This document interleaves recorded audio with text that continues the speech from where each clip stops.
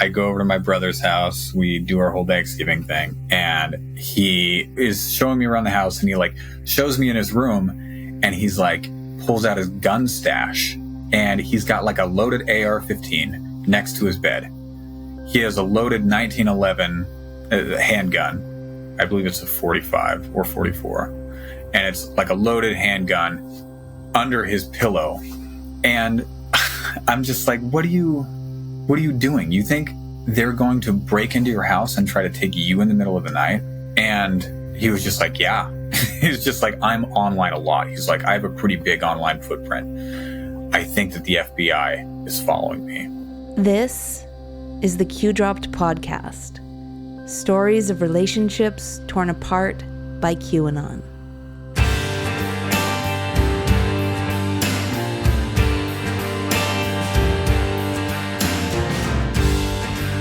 The story we're about to tell you starts off like many of the others we've already heard. A normal family with one member lodged firmly down the rabbit hole, causing a great deal of concern and stress in everyone else.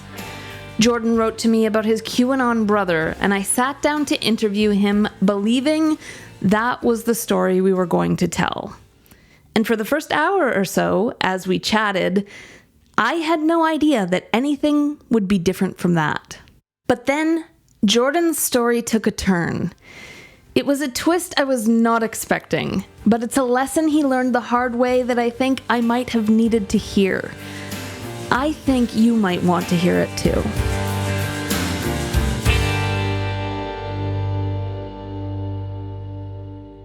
At first meeting, Jordan is your typical progressive American man. He's married, and he's a new dad living in Oregon with his wife. He grew up in a tight-knit religious family who has been close with in his adulthood as well. But when you hear what Jordan's QAnon brother had planned for their father's 60th birthday and how ultimately his family has responded, you won't believe what this man has been through.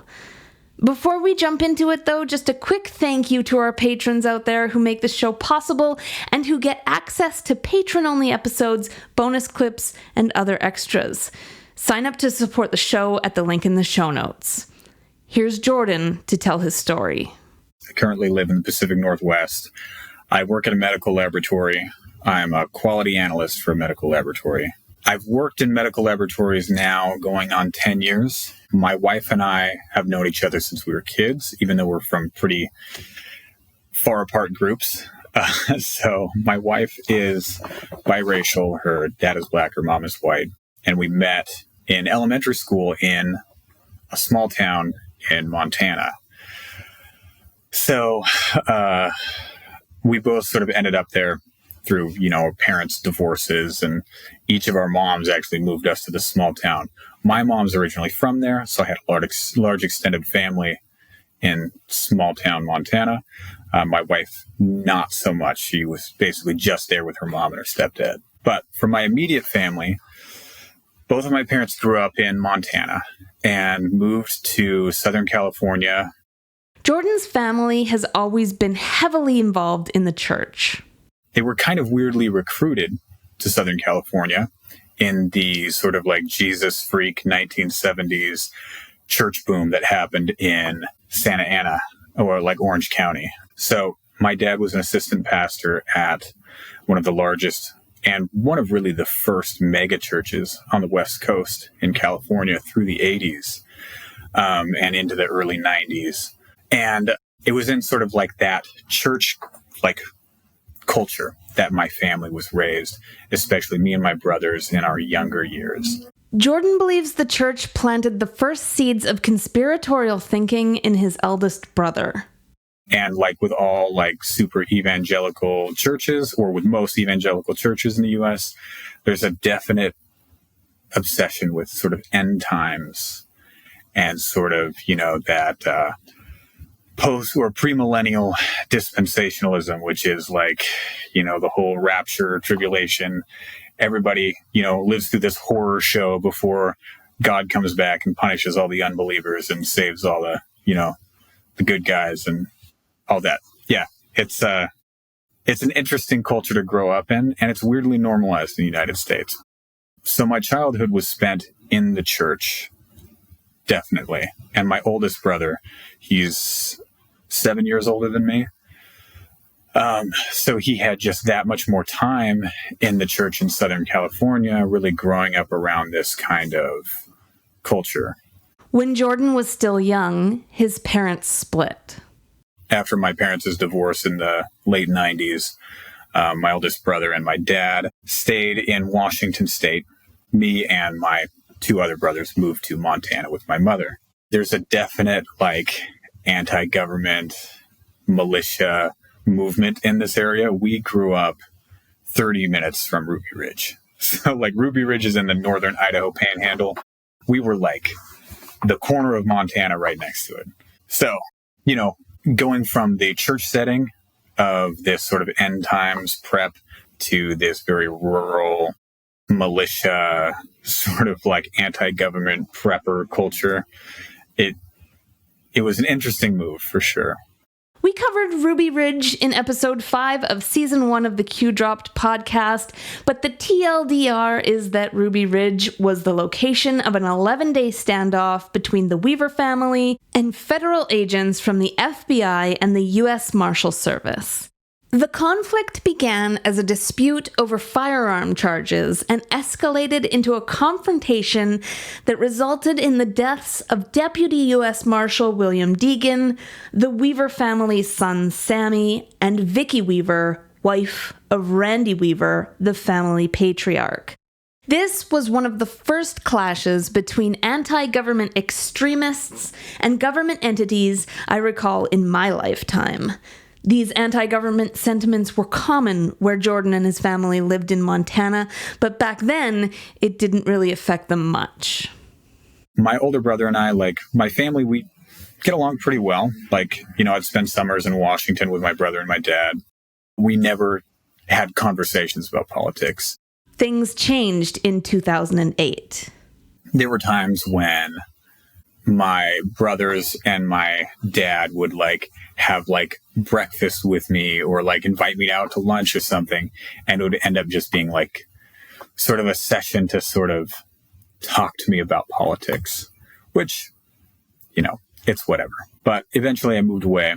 My wife and I both moved away, went to college, and I've lived apart from my immediate family now since 2009. Jordan's family knew he didn't share their politics. I'm pretty liberally minded. I'm not going to vote for a Republican probably ever again in the rest of my life, especially when my now wife and I started dating. We were, teenagers. We were both just out of high school. Leading up into the 2008 election, my oldest brother really kind of got onto me about politics because he knew that I was probably going to vote for Obama. I mean, there were some pretty big cues, and he and I would have some pretty heated debates about why I should or shouldn't vote for John McCain, for instance. Despite their political differences and the distance between them, Jordan and his family got along well. I call my parents a lot. I call my brothers quite a bit. And, I have normal conversations, or have had normal periods of time where all of our conversations were normal. And we, could just talk about books or movies or whatever. But Jordan's older brother had always had an extremely different worldview, even from an early age. And my older brother always was, he was trying to be an adult since he was 5. He would always watch the news as a kid. He would try to read nonfiction books as, a 10-year-old to impress the adults and all this stuff. And I remember all the way back in the 2000s, I would be at my dad's house in the summer and my older brother would be watching Bill O'Reilly on his TV in his room in the mornings before school. 9/11 seemed to have a deeper impact on Jordan's oldest brother than it did on the rest of his family. 9/11 happened, and my whole family was pretty quiet about the whole thing, except for my older brother. He kind of went on several tangents about how this is the beginning of the end. This is going to be World War III. We're all going to be drafted, kind of stuff. So the Fox News consumption for him as a 15, 16, 17-year-old leading up to that definitely sort of primed him to see the world from that specific point of view.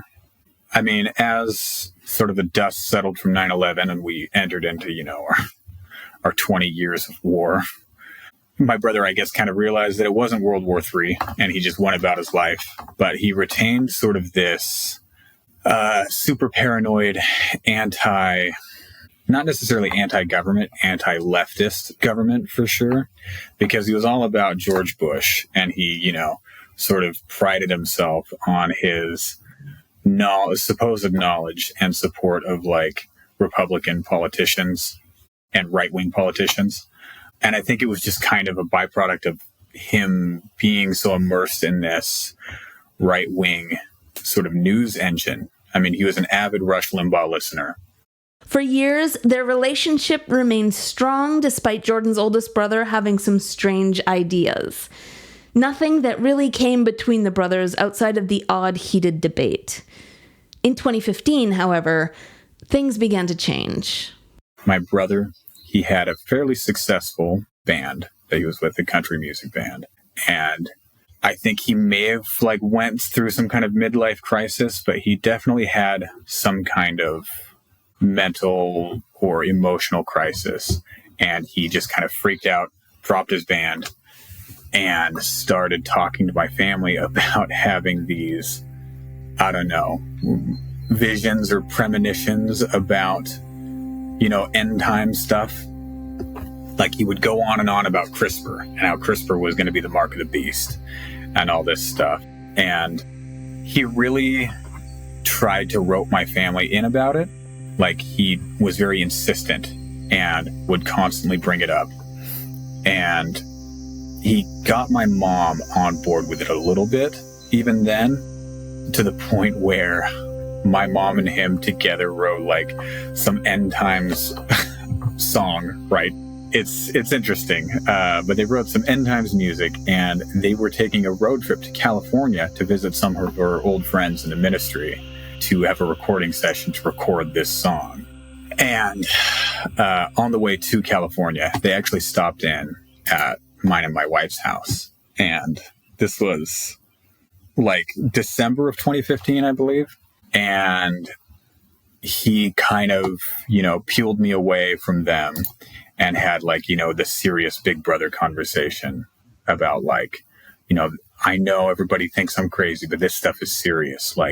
It's gonna happen. And he gave me a gun. He gave me a .38 special. And I grew up in Montana. I've been around guns. I've shot more guns by the time I was 10 than most people have heard of, probably. But I didn't own one, and I didn't want to own one because I didn't feel a need.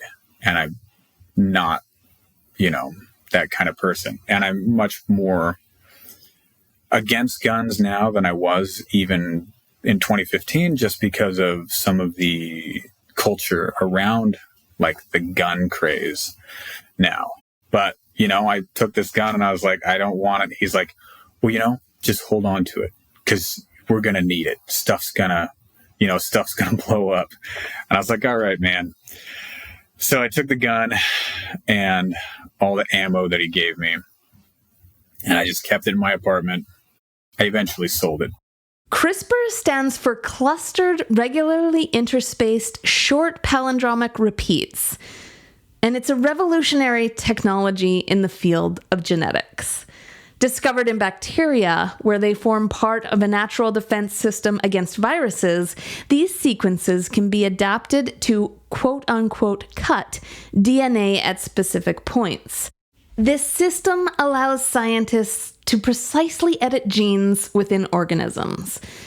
The implications of CRISPR are vast, and it has the potential to transform many fields, including medicine, agriculture, and ecology. It's been proposed for use in applications ranging from treating genetic diseases, improving crop yields, and even modifying mosquitoes to combat the spread of malaria. CRISPR, as you can imagine, has spawned numerous conspiracy theories, from designer babies to superhumans, and of course, factions of the religious right have insisted it is the mark of the beast. Primed in the church to expect the end of the world, Jordan's oldest brother became obsessed with CRISPR. During this visit, he also told me things like, he had some friends with like insider knowledge about, CRISPR and like all of this stuff. And like, I could read between the lines, when somebody says they have a friend who told them something, they really mean it's somebody on a 4chan board or a Reddit post. Like, it's my brother, he's a professional musician. Like, most of the people he associates in real life are drunk people at bars at 2 a.m. He's not, he's not getting credible sources of information at his regular job. So any of this stuff was definitely coming from online. And then he sort of went on about his supposed visions that he was having about this end times stuff.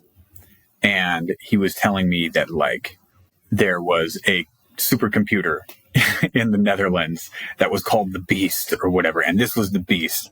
And that the real mark of the Beast and the image of the Beast is everybody's cell phone that they're carrying around in their hands.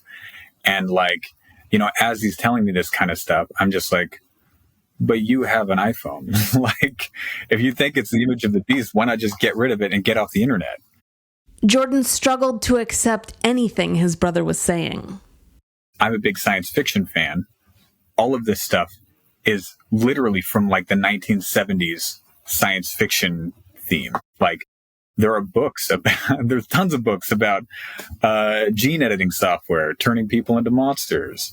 And even the supercomputer being called the Beast and being the Beast of Revelations is a literal movie from the 1980s that was like played in evangelical church youth groups for like a decade. Eventually, his brother's wild ideas would trickle into every conversation. At the time, I worked night shift. And he was up at night. So I would call him at like 1 a.m. on my drive home. And we would have these conversations that would undoubtedly, like, inevitably go off the rails a little bit. And he would start telling me more of his like conspiracy theory stuff about the Obama administration trying to not end. He was like, Obama's going to do something. He's going to do something crazy. Like, he doesn't want to like give over the keys to the country. And, he's going to seize the military. He's going to like seize voting machines. He's going to do something rash and put us into like a war state so that he can enact like martial law and, keep the country under his thumb. Jordan didn't like the commentary coming from some of his family members surrounding Obama. It felt bigoted, and Jordan saw the impact it had on his wife. The racism of my family's obsession with Obama were very apparent and very hurtful. Like, I mean, he was the first president that looked like he could represent her, right? And my family's like, he's literally the devil. I could see how that affected her immensely. And it affected me too.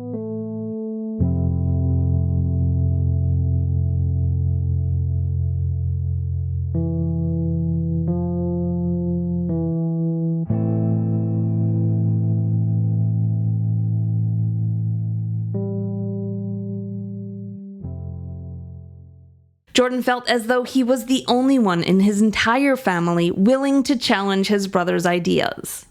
I was concerned because I knew the rest of my family was just being like, all right, I don't think that's true. But if you're really concerned, I'll keep it in mind, kind of thing.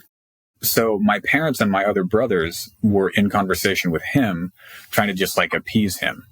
But when I would talk to them, they would be like, man, this is really worrying. Like, it's really troublesome. Like, he's really kind of having a bit of a crisis. And I was the only person who would ever disagree with him flat out and challenge the things that he said. I think he and our relationship had chilled quite a bit, and he stopped talking to me about it because I was the only dissenting voice in his life.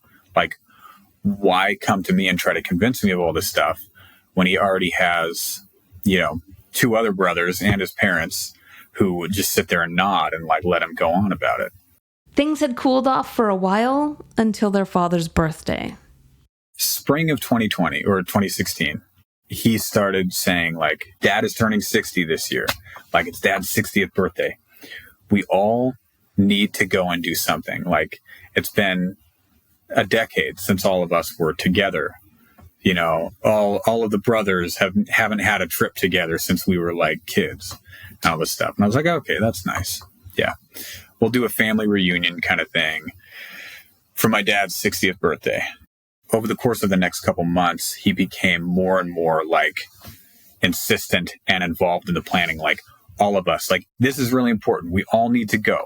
Like, if work won't let you get off, like, quit your job and come on this trip with us. Like, it's really important. And I was like, okay, that's extreme. I'm not going to quit my job, but like, I'll call out, whatever. He was even like, yeah, you know, take your girlfriends. You know, at the time, my wife and I were not married. We were just dating or engaged. And, you know, but he told my other brothers, like, take your wife, take your girlfriend, like, everybody, like, you know, we'll have a big party. It'll be great. It seemed odd to Jordan that his brother was so insistent, but didn't think much of it until he heard from another of his brothers.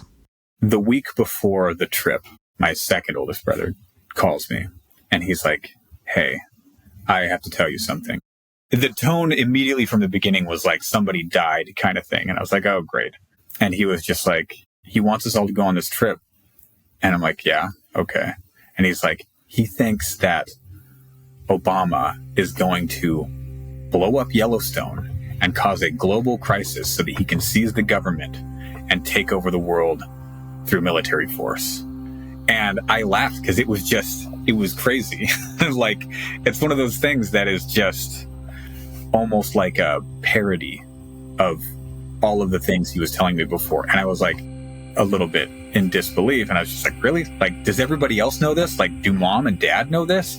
And he was like, yeah, he's been talking to them about it too. And, you know, they're like just playing along. They're just appeasing him. And, you know, dad thinks that like, it'll be great to have everybody over for his birthday. So I think he's just excited about that. And he thinks that, you know, when it doesn't happen, that will just calm down, that he'll just, you know, he'll see that, you know, Obama didn't blow up Yellowstone. I guess we're safe now.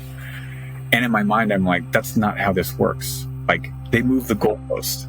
We were inside of one of those churches that predicted the rapture in 1990, and then again in 1994, and then again in 2000, and then again in 2008, because, you know, whatever. So, like, I saw this sort of pattern before of, like, predicting apocalypse and then moving the goalpost. So I called my oldest brother.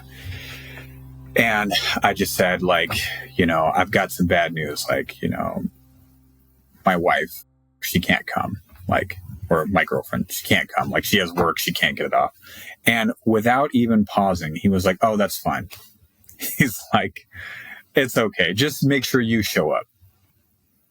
And knowing what he thought this weekend was going to be, I was like, that is really, it's really interesting that you think that Yellowstone is going to blow up. The entire West Coast is going to be smothered in volcanic ash. And you're okay with my black liberal wife, who you think radicalized me. You're okay with her just dying in a volcanic apocalypse. And it kind of changed it for me from being funny to being like, okay, this is something else, right? According to Jordan's brother Jude, the plan got even more complicated. My oldest brother has a lot of friends who are, you know, adjacent to the music industry that he's worked with, and some of them are pretty well off. One of his friends lives on a fishing boat turned into like a yacht. And half the year, like in the summer, he goes up to Seattle and he like parks his boat in the Sound and he lives off of his boat there. And then during the winter, he goes around and goes to Florida and lives in Florida. So it's like a legit ocean faring vessel. And my other brother, who told me about the plan in the first place, he's like, yeah, his plan is to get us all. And when it goes off, he's going to make us go onto his friend's boat and he's going to pilot us over to Israel to wait out the Great Tribulation. And I was just like, I'm like, first of all, this is crazy because we're a bunch of idiots. Like, we would be on the ocean for weeks, if not months. We would die. Like, none of us have been on open water in the ocean before. We have no idea what we'd be doing. And second of all, I'm significantly bigger and more athletic than the rest of my family. If they think they could force me onto a boat while my girlfriend got killed in a volcanic apocalypse, they are delusional. So short of being held at gunpoint, he would not be forcing me onto that boat, which may have actually been the plan anyways. Jordan decided he wasn't going to stay for the whole weekend. When the day of his father's birthday rolled around, he was prepared to drive up for dinner and then back to Oregon afterwards. I go up to Seattle, go to my brother's house where we're all meeting, and my whole family's there. And the mood in the room was definitely strange. It was obvious they weren't doing this for my dad, they were doing this for my brother. And they were all kind of engaging with me very lightly, I could tell, and just talking about we're going to go to this restaurant for dinner. It'll be fun. Like, we'll all drive. It's like an hour and a half drive to the place where this guy's boat is. And there's some great restaurants down in the marina and all this stuff. My oldest brother was just antsy the entire time. I noticed he was having physical tics, like he was moving his hands a lot. He was talking very loudly sometimes. Other times he and his wife would kind of go off to a corner or go outside and have some conversation. And I looked out at his van. He had this van that he used for his music stuff before, and it was just loaded down. It was barely room for the driver and two passengers because he was driving. It was his wife and my dad in the van coming over from Montana. And I just he believes that this is going to happen. He thinks Obama's going to blow up Yellowstone and we're going to be on the run for our lives. At this point, Jordan was concerned for his brother's well-being. It's concerning. He's obviously going through a mental health crisis, and suffering these delusions. And he's not just suffering from delusions, he's acting out on these delusions. He packed up his whole life. He quit his band. He's planning on forcing his family onto a boat to go to the other side of the world. He's acting out on these delusions, and it's more than just telling my family about them at this point. It's trying to bend my family's lives around his delusions with him. And so that for me was a turning point. I was he's not just hijacking the conversation, he's trying to hijack our lives. Because he had a set time, it's going to happen at 8 p.m. Pacific time. Because, that's 11 p.m., Eastern time where Washington, D.C. is, and blah, blah, blah. And nuclear submarines. He had a whole spider web of reasoning about why he figured out the exact time and date that this was going to happen. The family all headed out to the marina where the boat was moored.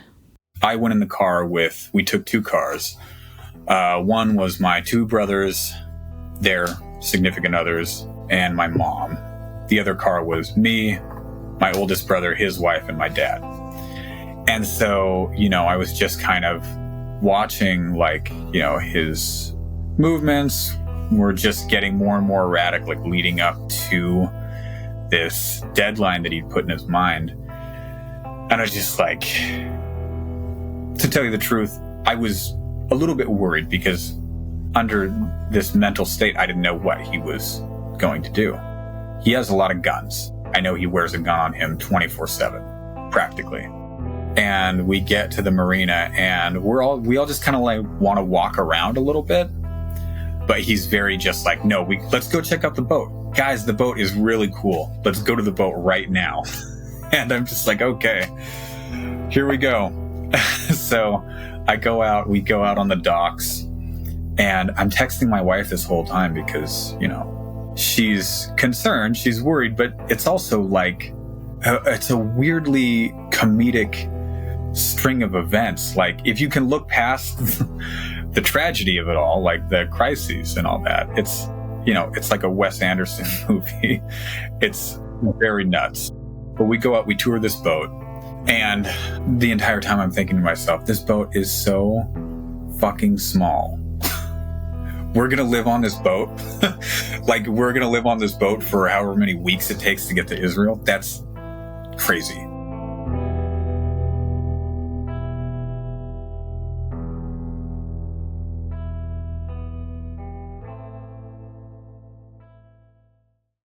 Of course, none of Jordan's brothers' predictions were true.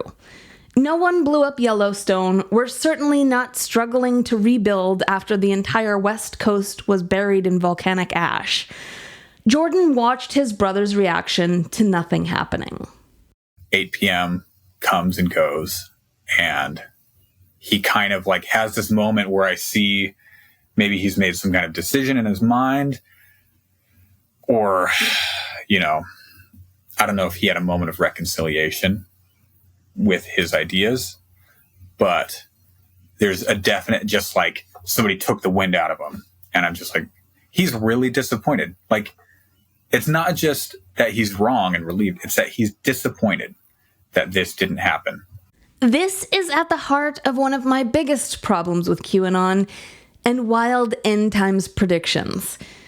It's not that the people uttering them are worried for anyone and want to help us survive the end times.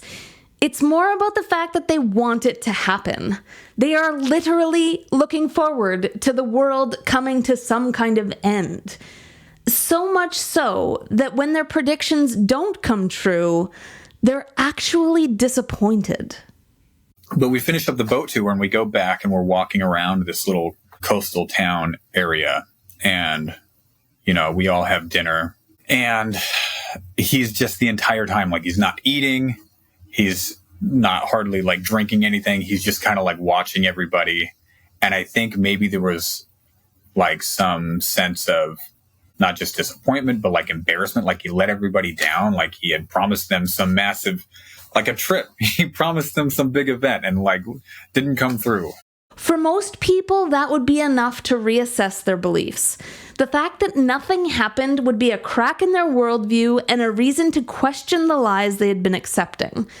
But with QAnon, we know that doesn't happen. Instead, they move the goalposts. They set their sight on new predictions, new theories, and new accusations. It's not the ideas they like, it's the feeling those ideas give them. We get back to my brother's house, and I talked to my other brother who had told me about this, and I was like, so was it supposed to happen already? And he's like, yeah. And he's like freaking out. He's going to try to tell you that you need to stay the night. And I'm like, I'm not staying the night. I'm driving back to Portland. Like, it's only a couple hours. I'm not staying. And yeah, sure enough, like, there was a weird moment at the end of the night where we were all like giving my dad like his gifts and like talking about them. And then he brings out gifts for not just my dad, but everybody. And I'm like, okay. He gives my dad a Beretta, a pistol, a really nice pistol, like a $1,500 pistol. He gives my other brother Desert Eagle 45, like not just a pistol, but like serious, very, very serious gun. He gives my little brother this 44, and then he gives me, like, I'm almost insulted because being somebody who, grew up around guns, like, he's giving people like these $1,000 guns, and he gives me this gun that's like it's this little 9mm semi-automatic. I'm like, oh, that's nice. I mean, the gift's a gift, and it was something I wasn't going to ever use anyways. But he seriously brought us all guns to arm us, and decided to give us these guns even when his plan or what he thought was going to happen fell through. And so that in my mind just told me immediately that this wasn't over, that it was just going to continue on. And if it wasn't this, if it wasn't Obama, and if it wasn't Yellowstone, it was going to be Hillary Clinton and something else or whatever. There was always going to be some liberal, Antichrist willing to blow up the world and persecute, all the real Christians and stuff, right? Like, it didn't end with that plan falling through. And so anyways, once again, I tried to refuse the gun, but like, it wasn't just him pushing me now. It was the whole rest of my family was like, just take it. It's a gift. And I'm just like, I live in an apartment building. It's not responsible to have a handgun.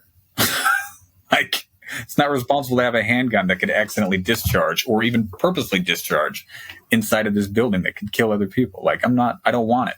And it was put in my car for me when I left, which was an interesting surprise. Jordan didn't get to see the rest of the weekend play out.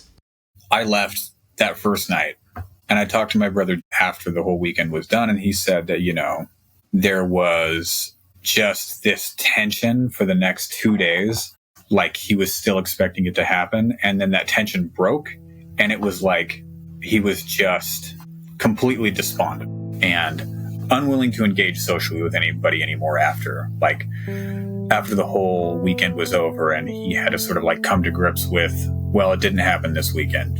And I guess I stupidly thought, and the rest of my family stupidly thought, that like maybe this will chill him a little bit for a little while. Like maybe we've passed this sort of acute crisis and it's been proven that all of his theories and, paranoia is wrong.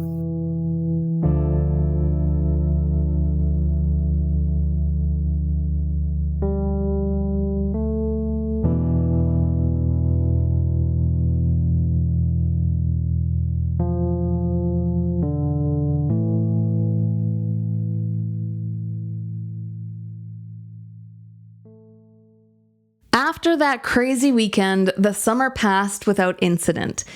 Jordan was still coming to terms with his experience with his brothers in Seattle when he decided to see his family for Thanksgiving. I go over to my brother's house. We do our whole Thanksgiving thing. And he is showing me around the house and he like shows me in his room and he's like pulls out his gun stash and he's got like a loaded AR-15 next to his bed. He has a loaded 1911 handgun. I believe it's a 45 or 44. And it's like a loaded handgun under his pillow. And I'm just like, what are you doing? You think they're going to break into your house and try to take you in the middle of the night? And he was just like, yeah. He was just like, I'm online a lot. He's like, I have a pretty big online footprint. I think that the FBI is following me. And I'm just like, no, dude, there's no way. And he told me this story about how he was driving home from a gig and it was over by the airport. And, there was like a Secret Service detail that was like with some politician. And he swears, even to this day, that he had an FBI car following him. And he said, he's like, they watch through your cell phone cameras. They hack into your cell phones and they watch you through your cameras. So I took my camera and I aimed it down at my lap and I put my gun in my lap just to let them know what they're dealing with. And the car peeled away and went somewhere else. And I'm just like, obviously a car peeling off and going somewhere else is a very normal thing. Like, obviously they weren't following you, but to this day, he still believes that was the FBI and that he scared them off with his handgun. It was that like Thanksgiving that he also told me about Pizzagate. And he told me that it was a friend of his, that he has a friend who's an insider who he does tech work. He's like an IT guy for the CIA or something. And, he personally looked through all of these emails and they're bad. Like, they're legit. And I mean, there's really nothing you could say to that. Like, you can't prove to him that it's not real, right? Or that, maybe these people he's talking to online at 2 a.m. aren't legit actors. They're not genuine in what they're saying. Despite his brother's delusions seemingly getting worse, Jordan's family still refused to challenge him. I tried to have conversations with like my parents and my other brothers and just be like, listen, I can't be the only one. I can't be the only one telling Iz that the stuff that he's saying and the stuff that he's acting out on is wrong and delusional. And I'm like, I know that I'm the bad guy for it and you guys don't want to be the bad guy, but like, this isn't something we can just, support him on. Like, you can support him with anything else you want, but like, we can't feed into his delusions. And they're like, no. Well, when this stuff doesn't happen, he'll cool down. And I was like, he didn't cool down after the birthday party. He didn't cool down after the election. Like, his guy won. His guy won the election. So why is he still going on about the deep state trying to seize the presidency? And they just didn't have an answer for me. Their answer was just, keep everything good. Like, stay on his good side, right? So you can keep up conversation. 4 years between 2016 and 2020 was just kind of like an everlasting string of conspiracy theories being like sort of rolled out from him to the rest of my family. And the rest of my family just kind of, they just kind of humored him, and it just rolled through. For Jordan's brother, every news story was connected to a conspiracy in some way. And one of these stories was finally enough for Jordan's brother Jude to start taking it more seriously. There was a guy going through a mental health crisis who stole a plane from SeaTac. And he, took the plane for this joyride and then crashed it into a small uninhabited island off the coast of Washington and killed himself. And like, it was in the news everywhere.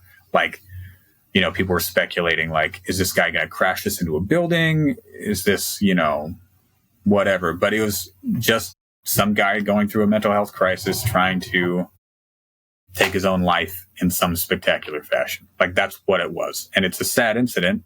But the week after that happened, my brother called me and he was like, that plane thing that happened? And I was like, yeah. And he's like, Iz called me when it was happening and was saying that this guy was really a good guy, that he was an actor, that he was trying to give the Trump military an excuse to scramble those fighter jets, which they really did. They really did scramble some fighter jets to intercept this guy, because since 9/11, they've had orders to shoot down rogue planes if they think that they're going to crash into a public building. So it is real. They did scramble some fighter jets to try to intercept this guy if he was going to take it off course. But my oldest brother was like, this guy was a good actor with the good guys, whoever those are, giving them a reason to scramble these jets so that they can counteract a rogue nuclear submarine under the control of Obama that is going to send nuclear warheads into the United States. And I'm like, it's literally the 2016 Yellowstone conspiracy theory just come back. It's just back again in a new phase. And now instead of Yellowstone, it's nuclear warheads. I think that's the thing that convinced my brother, this is serious. Like, I can't humor him anymore. And so his conversations with my older brother became a lot of like, he would try to debate him on the things. And like, they're both very religious. So he would try to debate him on like theological things about my brother's like end times, fixation and stuff. And, obviously it didn't work. The fact that his family wouldn't challenge his older brother just continued to be a constant source of frustration for Jordan. But with the pandemic around the corner, things were about to get a lot worse and take a turn that he could have never foreseen. When 2020 came along with the pandemic, that sort of like took all of these seeds that my oldest brother had planted among my family, all these little conspiracy seeds, and like dumped Miracle Grow on them. Like, Pizzagate. My family believes Pizzagate now. In 2017, when they heard about it, they were like, that's insane. Now they all believe it. All of this other stuff, like the Obama administration trying to seize control of the White House, they believe that now. They think that the pandemic was, and this is crazy to me because I work in a medical laboratory. I worked directly with COVID testing and looking at the data of COVID exposures. And like, I was having really frank conversations with them about it as it was happening and just being like, listen, it's serious and this stuff. And they're like, no. They're like, it's fake. And not only is it fake, but your friends and coworkers who are doctors and virologists and, scientists, they're lying to everybody because they want to make money off of this fake pandemic and they want to try to ruin the Trump administration's record. And so for my whole family, the pandemic was like with a lot of other people, it was sort of a radicalizing moment where all of these seeds of conspiracy theories really got to grow and foster. Yes, you heard that right. Jordan's older brother succeeded in dragging the rest of Jordan's family down the rabbit hole. Jordan has lost his entire family to Q-adjacent conspiracy theories.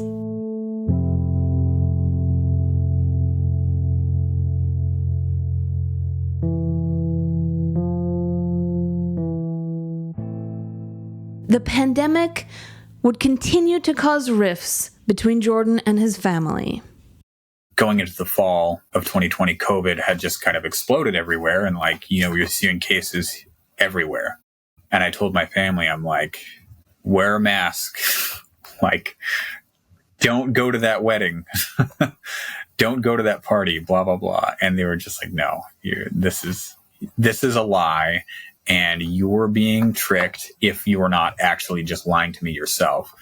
There was always the insinuation that either I was a dupe and being tricked by people into thinking that COVID was real, or since I work in medicine, I was actively one of the liars pushing this propaganda. So there was always that insinuation just kind of hanging out there. I firmly believe that the vaccines and Project Warp Speed was the only good thing Trump did in the White House, but it was a very good thing. I revile the guy. I revile those 4 years that he tore our country apart, but that was actually a good thing.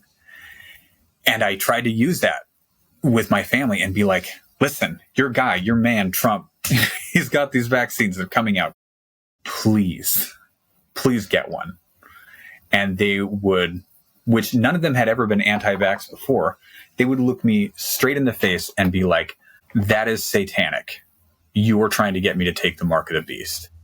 I'm going to take one of those mRNA vaccines and it's going to change up my DNA and I'm going to become this soulless, CRISPRed zombie that's just going to vote Democrat or something. Once again, it all circled straight back to my oldest brother's very first delusions that he spread in my family, which was that CRISPR paranoia back in 2015. And I kick myself all the time because there were so many things when I tried to tell my family and try to kind of nip things in the bud and be like, this is an insidious statement. It's going to grow and become something that it's not. And that was definitely one of those things. It came back full circle. Their lax attitude toward the pandemic led to a few members of Jordan's family fighting off COVID infections. My mom has gotten COVID 3 times. My stepdad, who has stage 4 cancer, was in the hospital for 2 weeks after getting COVID. My oldest brother got COVID in spring of 2021. And it was an interesting moment because there was about a month, it was either February or March of 2021, where nobody in my family called me. And I thought something was up. And I finally talked to my mom and she was like, oh yeah, sorry, Iz had COVID. And he's just now getting over it. I'm like, okay, what happened? He got so sick, he was could barely get out of bed. He had basically a month of his life was lost, where he was just bedridden and lost sense of taste, lost sense of smell. And he even claims that he lost emotional reaction. It kind of deadened his sense of emotions. And I was just like, that's just because it wasn't the virus doing that. That was him having an emotional shutdown because he was faced with the reality of a situation that he was wrong about. And that's the same thing that happened at my dad's birthday. My dad actually surprised me and got the Johnson & Johnson vaccine. He refused to get the mRNA vaccine, but I was like, whatever, fine. You don't trust that, but you got a different vaccine, sure. The rest of my family was just a hard no.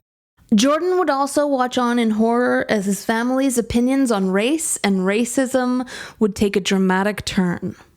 When the Black Lives Matter protests started happening, and when this incidents happened with George Floyd and the protests out on the street, and, I live in Portland, it was kind of Portland has never been on other people's tongues more than it was during the protests. Portland was like the hot seat of like liberal devilry, according to Fox News, for like an entire summer. And I had my dad, sort of tell me that George Soros was shipping in these Antifa protesters to take over my city. And I'm like, dude, I live here. Also, Antifa is anti-fascist. Like, I'm Antifa. I'm anti-fascist. And it's like a lot of these people down in the protests are my friends and coworkers. They're doing this because they believe in it. They're certainly not funded by some billionaire. Like, these people live in 1-bedroom apartments. I know these people. Like, they're doing this because they honestly believe it. And I think they're right. With my dad, I mean, he was a pastor in Southern California, so we live in a very diverse area. Although Orange County in the 80s was really not that diverse. It was specifically, like, purposely pretty white. But, when I was 10 years old, he had a conversation with me about racism and how it's a problem and it's very real. And he taught me about MLK and Malcolm X. And he had me read a kind of a book that's gone under the radar for a while now since it came, for the last decade or so, Black Like Me. So there was an incident. There's this reporter in the 1960s or 70s. He was a Jewish reporter from, I think, the New York area, who took medication to darken his skin and disguised himself as a black person to go to the South to do some journalistic reporting to show people in the North, like, racism's not over. Like, it still happens, because the conversation among white people was like, racism's not a problem. And my dad had this conversation with me back in 2000 saying, like, in the 1960s and 70s, like, we look back and we recognize there was racism. But the conversation back then among white people was that racism was over. But this guy did something to try to prove to other white people that, yeah, it is still an issue. And it's crazy to me that that man who taught me that lesson now, 20 years later, is saying that racism isn't an issue and it's never been an issue. It's not just that it's not an issue now, it's that it's never been an issue. And so his radicalization has just permeated everything. And it's like he's a different person now than he was 20 years ago or even 10 years ago. I went to college in Oregon. My wife was the president of the Black Student Union at college. And so we were at some of the first Black Lives Matter protests back in like 2014 when Trayvon Martin was murdered. So, we went out and, picketed and held signs. And like, we went to Washington, D.C. to lobby our state representatives about student loans and stuff like that and healthcare. And so I was one of these activists that they were saying was funded by, very anti-Semitically, funded by a satanic Jewish overlord. And I could just tell them, like, you're saying these things about these people. I'm one of these people. Jordan's relationship with his mother has changed on a fundamental level. My mom and I talked on the phone all the time. Like, I'd call her a couple times a week. I would call my parents or my brothers on my drive home from work pretty regularly because I'm in traffic. I might as well do something productive, right? So in 2020, I was having a conversation with my mom and she was going off about the Black Lives Matter protesters and how they're just kind of like burning down cities and like, white lives matter. Like, it's not just black lives. And I'm like, that's not what the phrase means, right? But she was buying into this rhetoric that like they were these, deep state funded bad actors that were trying to like commit white genocide. And I'm just like, this is crazy. She really bought into the Great Replacement stuff that, George Soros and the deep state were shipping in ethnic minorities from Mexico and Africa and the Middle East to sort of like flood our political system so that, white people could never get a candidate again. And it's like, that's not happening. So it was just, I could see this radicalization and how it flourished among the rest of my family because it was let to flourish inside my oldest brother. Now I'm kind of dealing with all these little things that come up very frequently among the rest of my family, where something that should not be a fight, like racism in this country, like it's an obvious thing, it becomes this thing where they want to like that's the hill they want to die on. Every hill now is like the hill they want to die on, like racism, voting rights, immigration, gay rights, trans rights. Everything is like they will fight me to the death on these things. And so it's like I went from having one brother who was this politically radicalized agent in my family that I could have some conversations with, like surface conversations, but I could never have like a deep conversation about anything going on in the world, to now it's like that with the rest of my family. My mom, after she went on a rant about Black people and BLM in 2016, I just told her, like, I'm not going to call you if you're just going to talk to me about this. Like, I can't. Like, we have to set boundaries where we're not going to fall into this. Like, I'll talk to you about other things. Like, that's fine. But I'm not going to talk to you about BLM because you don't have any experience with it. Like, there's no Black people that live within 50 miles of you. Like, why does it even matter to you right now? Like, why are you fighting me on this? And she just could not stop talking to me about it, because it was just, I think she was constantly seeing it in the news, and she was constantly talking about it in her own social circles and with my other family members. And so anything would lead back to it. And so I didn't talk to her for 2 solid months. The relationship that we had, where I was calling her every day, was just over. Like, she didn't even call me on my birthday.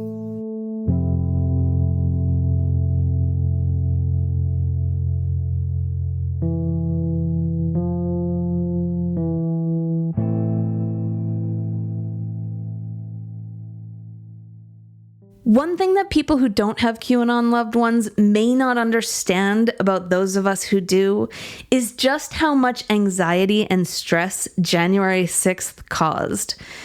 Not just because of the violence and the killing and the sudden realization of just how fragile democracy truly is. It was also a source of worry because we all couldn't help but wonder if our Qs were there. On January 6th, I was at work, and because we were so flooded with COVID testing at the time, because even Oregon, which was very compliant with masking and social distancing, we still had numbers just go through the roof, just exponentially. And our healthcare system was just, it was like groaning under the weight of COVID, for sure. So they were pulling all of the resources they could to just try to address the issue. And I was sitting in a testing trailer at an urgent care a couple miles from my house that morning. And I was just processing samples, getting them ready to send to the lab. And I just look up, and like, there's just like activity going on at the front of the trailer. Like, all the nurses and doctors are just like talking about something like frantically. And like somebody like pulls up on their computer, like MSNBC, like a live feed of MSNBC. And it's just a shot of the White House, or not the White House, the Capitol building. So all these people just storming the Capitol. And I'm just like, holy shit, it's very crazy. And it was a real moment for me where I kind of selfishly looked at what it's going to mean for my own family, because, you know, all of this stuff just echoes through all of our lives. And like, you know, it happens on a national scale and a global scale, but it also echoes down. And like all of us who have friends or family who are kind of sucked in by this stuff, it really just has so many implications in our personal relationships. And I was just thinking to myself, like, I wonder if my brother's there. I wonder if my dad's there. Because my brother, the summer before, had moved to northern Florida. So he got a job working with a church there, doing their sound and engineering and stuff. And my dad actually took a trip to go and see my brother leading up to January 6th. And I knew that there was going to be a big Trump rally because I was listening to some news podcasts who were kind of like talking about, the population swell in the DC area because of the Trump rallies and stuff. And so I thought maybe they were going to drive from Florida up to DC and go to some of these things. And I'm still not convinced they didn't. I'm still not convinced they weren't there. And I've looked through countless videos, countless photos. Is my dad there? Is my brother there? Like, are they gonna get arrested? Are they gonna go on trial for this stuff? And even after the fact, I was like, any day now, I'm gonna hear that the FBI knocked on my brother's door. It hasn't happened. So maybe I'm wrong. Maybe my dad didn't go to Florida so they could drive up to DC. But I mean, still not convinced.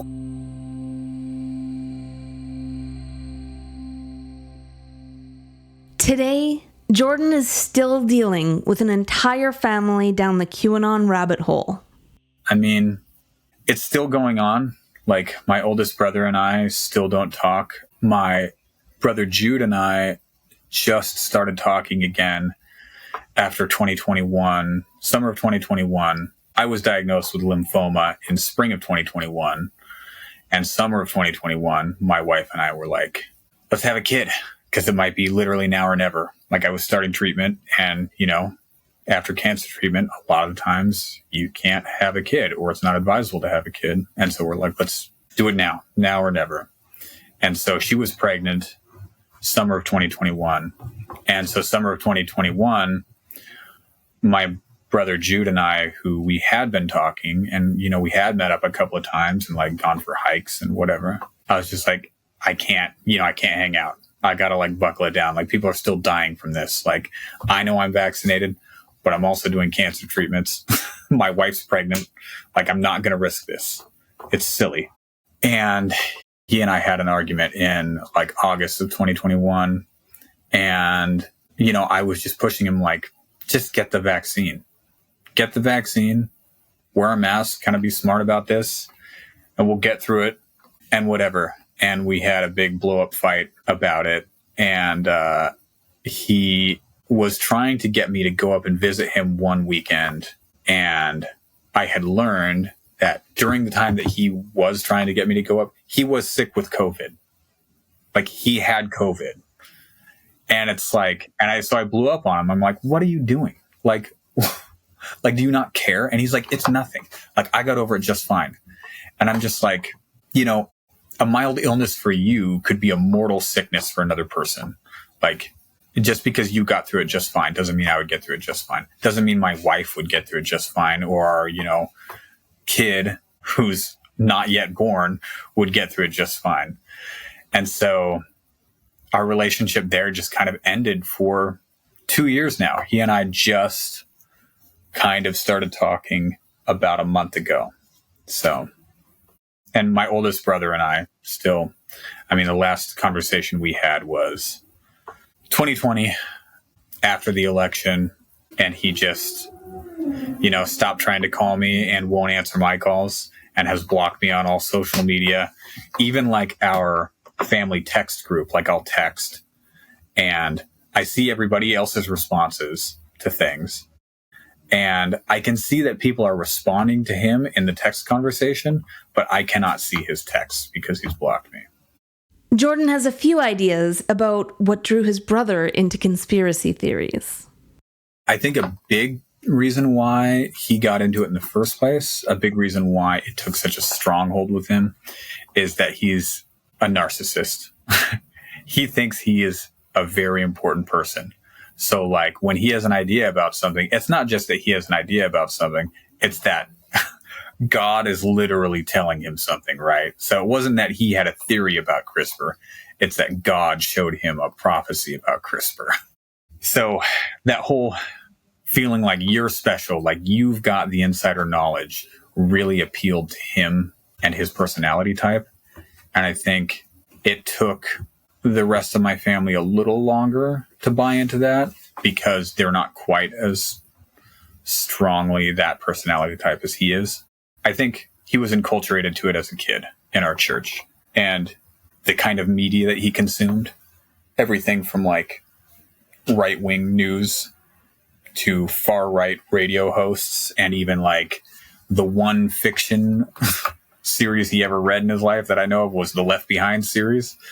So like all of these things really encultured him to this idea of an imminent and like nearly imminent end times scenario.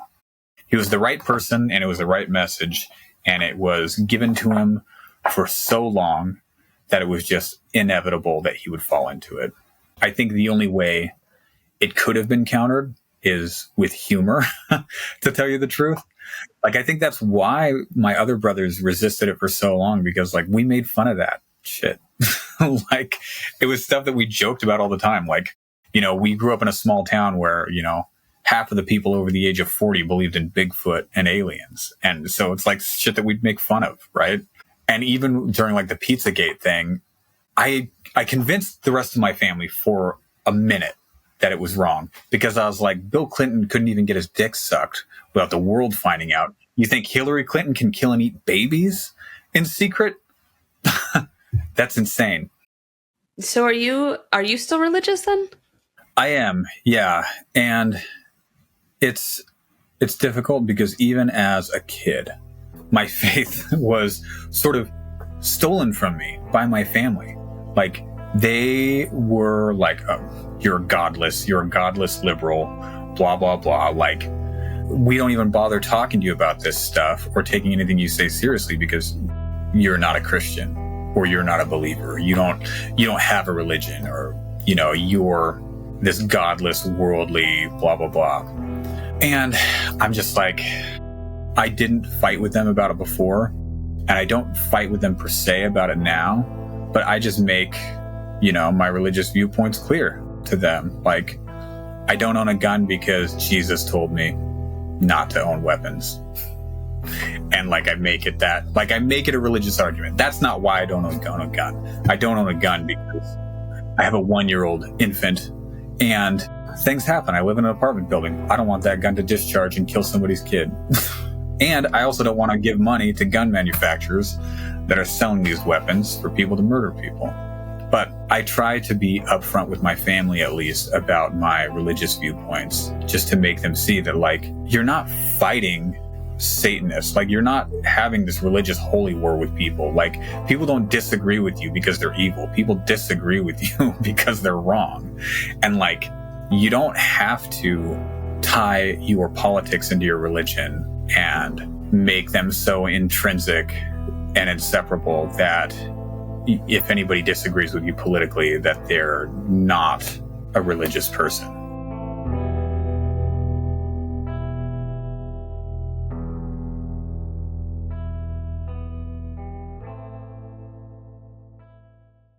Jordan cannot help but spend a good amount of time worrying about the family he loves and misses.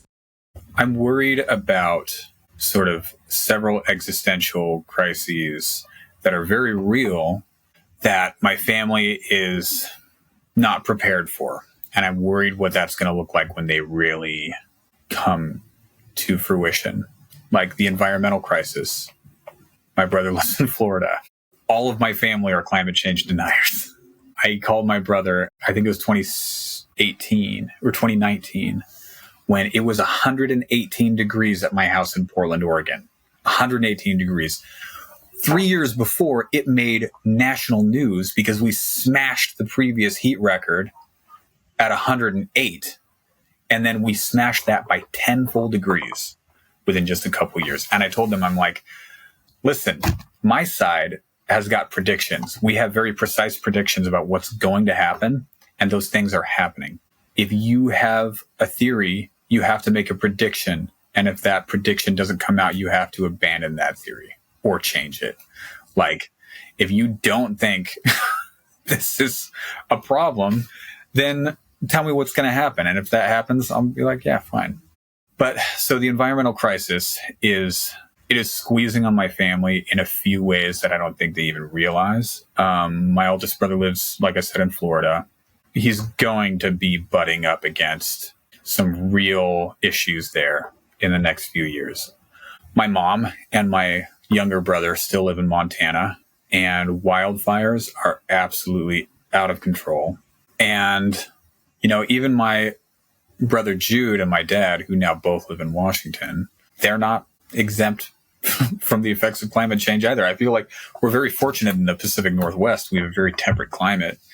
We have an abundant water supply, but we know that can change very quickly. And I feel like when an environmental crisis does happen that forces us to reckon with it, they are more primed to fall on a side that will continue to deny it or spin some crazy theory about how it's the work of the literal devil working through probably Obama again. My oldest brother actually already kind of primed my family for that. There was an earthquake in California. I can't remember exactly where it was because, earthquakes happen literally every day in California. But there was an earthquake that was like a 6.0 that happened like right near a military base, I think in Northern California, a couple years ago. And this was back when my brother Jude was still kind of being my informant, I guess, on my brother Iz's stuff that he was saying. And Iz was going on about how that earthquake was actually an attack from Iran. They were using geoweapons to give us earthquakes and try to take out our military bases. So he's laid the groundwork for them to be very rapidly radicalized during an environmental catastrophe. So I'm worried for that. Jordan also worries about the health implications of some of the conspiracy theories his family believes. My mom buys ivermectin online for COVID. She's bought ivermectin and hydroxychloroquine online through Amazon, and she's not only taken it, but she's given it to people. She's given it to friends and family, and told them that that's what helped her get through COVID the 3 times that she got COVID. So I worry about the health implications of some of these things in the acute sense, and then I just worry what the next catastrophe is going to bring in sort of the QAnon conspiracy theory world, because there's always going to be something. And my family is very primed to fall into it. So Jordan keeps himself busy to cope. So honestly, I just go about my life. I live so apart from my family, and I've lived so apart from my family culturally. Even when I was a kid, I was always off doing my own thing, kind of apart from my family. I consume different media than they do. Ever since I was a teenager, I have different friends than they would. And so my personal life really, it doesn't intersect with theirs very much at all, kind of sadly. I mean, I'm a bit estranged from them because of those differences anyways. But it does hurt quite a bit now that I have a child, that my mom's only been able to come down one time.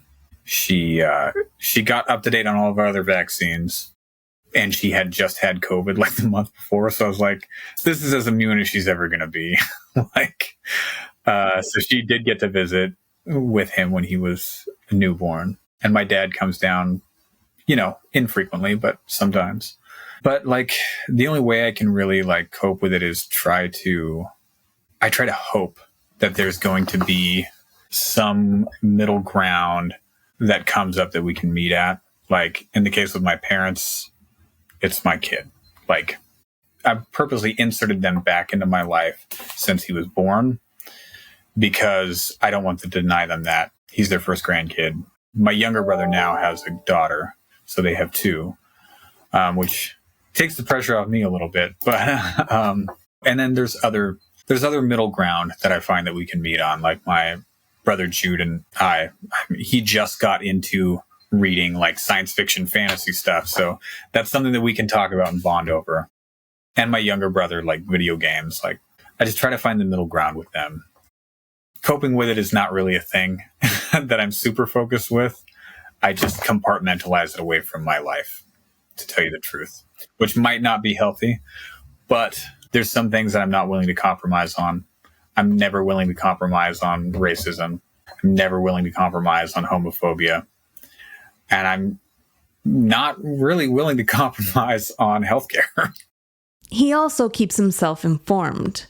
I do cope with it by listening to podcasts such as yours, and like QAnon Anonymous, to me, was crucial in getting through the 2017 through the 2020 pandemic, the 2020 election. Just kind of like hearing that I'm not alone in dealing with this, and that there are plenty of people who are dealing with situations that are just as crazy or crazier. And it's good hearing sort of like the front edge of what they're talking about, so that I can kind of guard myself against it a little bit when my family starts talking to me about it. That has been a big coping mechanism, because I think, as bad as it was, I think if those comments about like BLM protesters and white genocide and replacement theory, I think if those came out of nowhere and had blindsided me, that my reaction would have been much less easy to walk back from, I guess, being off the cuff than it was. So I think arming myself with information about what they're talking about or going to be talking about kind of helps me prepare myself for when it comes up. So that's a big coping mechanism. Jordan's advice for those of us with Qs in our lives is different from any advice we've heard before.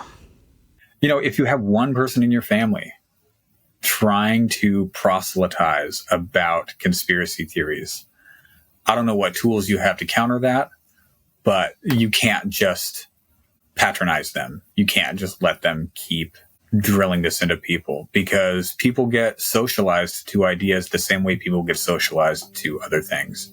And once you're socialized to an idea, it can sit there for 1, 2, 4 years. In this case, it sat with many people in my family for 4 years, and it just waited for the right time for that seed to grow and radicalize them in the same way that it radicalized my brother.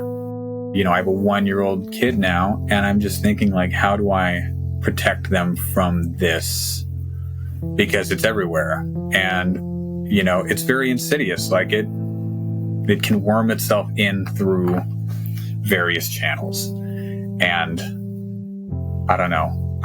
I'm hopeful that everything will kind of cool down, but who knows?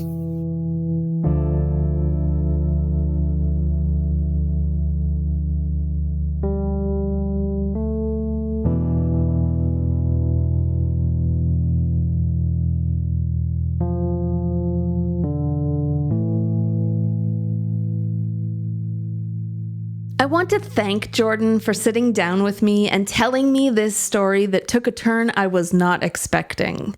I cannot express how sorry I am that you've lost the entirety of your family to this phenomenon.